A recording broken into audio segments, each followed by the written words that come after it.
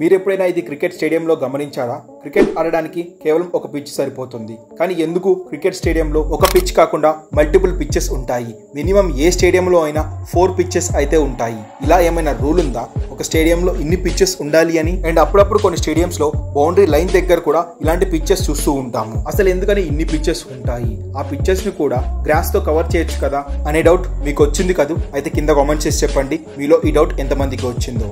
And as per ICC rules ప్రకారం ఒక international cricket లో మల్టిపుల్ పిచ్చెస్ అనేది ఉండాలి. Like batting pitch, bowling pitch, flat pitch లాంటివి. మ్యాచ్ కోసం అవసరమైనప్పుడు అల్లా డిఫరెంట్ పిచ్ ని యూజ్ చేయడానికి ఈజీగా ఉంటుంది కనుక. అండ్ కొన్ని స్టేడియంస్ లో 4 పిచ్చులు, 5 పిచ్చులు, ఇక గుజరాత్ లోని మోడీ స్టేడియంలో అయితే ఏకంగా 11 పిచ్చెస్ ఉంటాయి. ఇన్ని పిచ్చెస్ లో ఆడతారంటే ఎస్ ఆడతారు. ఈ పిచ్చెస్ అనేది కేవలం ఇంటర్నేషనల్ కోసమే కాదు, డొమెస్టిక్ పిచ్చెస్ ఉంటాయి. మనం రంజీ మ్యాచెస్ ఆడతాం కదా, ఆ రంజీ మ్యాచెస్ కోసం అండ్ అలాగే జూనియర్ టీమ్ కోసం, విమెన్స్ టీమ్ కోసం, అలాగే సీనియర్స్ యొక్క ప్రాక్టీస్ సెక్షన్స్ కూడా కొన్ని పిచ్చెస్ లో ఆడతారు. అండ్ అలాగే ప్రతి స్టేడియంలో ఖచ్చితంగా సీనియర్స్ టీమ్ కి 2 పిచ్చెస్ అనేవి ఉంటాయి ఇంటర్నేషనల్ గేమ్ ఆడడానికి, అలాగే వీటిపైన ప్రాక్టీస్ చేయడానికి. ఇంటర్నేషనల్ పిచ్చెస్ లో అయితే డొమెస్టిక్ ప్లేయర్స్ కానీ జూనియర్ టీమ్ కానీ ఇవ్వరు.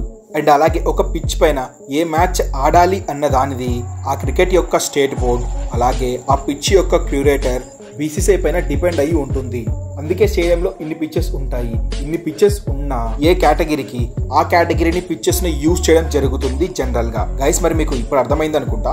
ఇలాంటి మరిన్ని ఇంట్రెస్టింగ్ క్రికెట్ ఫ్యాక్ట్స్ తెలుసుకోవాలంటే మన ఛానల్ ని సబ్స్క్రైబ్ చేయడం మాత్రం మర్చిపోకండి. అండ్ ఈ వీడియో మీకు నచ్చినట్లయితే ఒక లైక్ చేయండి.